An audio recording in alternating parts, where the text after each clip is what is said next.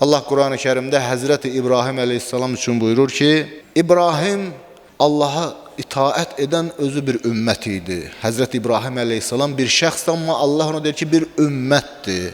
Xanım Zəhra salamullahi aleyha da bir ümmətdir, bir məktəbdir. Allaha itaət edən bir məktəbdir. Ki, xanımın şəxsiyyətindən müəyyən cəhətlərinə işarə edək və şəxsiyyətin bir cəhəti barədə inşallah söhbət edək. Əvvəla, xanım Zəhra salamullahi aleyha nəsəb baxımından kimdir, bunu hamımız bilirik. Həzrəti Muhammed sallallahu aleyhi və səlləm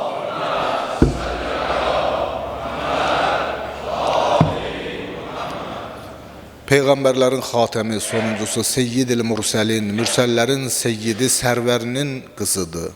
Əmir-əl-Möminin Əli ibn Əbi Talibin zövcəsidir. İmam Həsən və İmam Hüseyin əleyhissalamın anasıdır. Nübüvvət evində, peyğəmbərlik evində, vəhyin beşiyində, ilahi tərbiyə ocağında böyüyübdür, başa çatıbdır.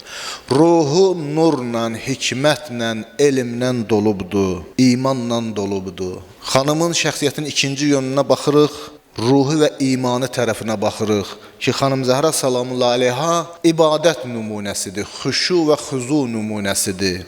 Gecələrini ibadətlə keçirən birisidir.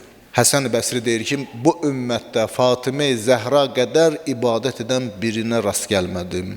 O qədər ibadət edərdi ki, ayaqları deyir şişərdi. Allah Resulü sallallahu aleyhi və səlləm xanım Zəhranın ibadətini vəsf eləyəndə buyurur ki, elə ki deyir mehrabda Rəbbinin huzurunda dayandıqda səmadakı ulduzlar yer əhlinə necə ki işıq saçır, xanımın deyir nuraniyyəti səmanın mələklərinə o qədər o cür işıq saçardı. Allah Teala mələklərə deyər ki, ey mənim mələklərim, baxın mənim bəndəmə.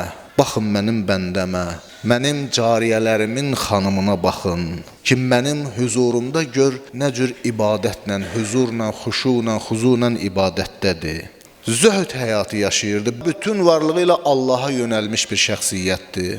Üçüncü cəhətinə baxırıq, görür ki, xanım Zəhra salamullahi aleyha əxlaqı baxımından nümunədir, səbirdə nümunədir, iffətdə nümunədir.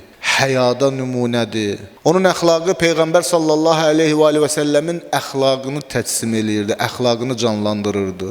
Təvazökarlıqla zinətlənmişdi, insanlarla xoş davranırdı, məhrumlarla, zəiflərlə, xidmətçilərlə, yaxşılıqla və mərhəmətlə davranırdı.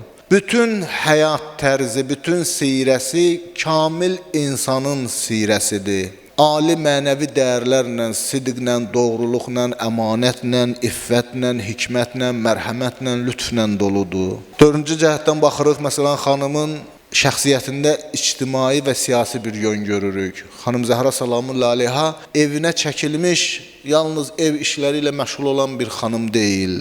Əksinə, xanım Zəhra salamullahi aleyha haqqı və ədaləti müdafiə edən bir xanımdır. Xüsusilə Peyğəmbərin vəfatından sonra. Baxmayaraq ki, elə uşaqlığından, kiçik yaşlarından Peyğəmbərin həmişə yanında olub. Peyğəmbərin dəvətində olub, imana dəvətdə, təvhidə dəvətdə, İslamın şirklə mübarizəsini yaşayıbdı, hər anını yaşayıbdı.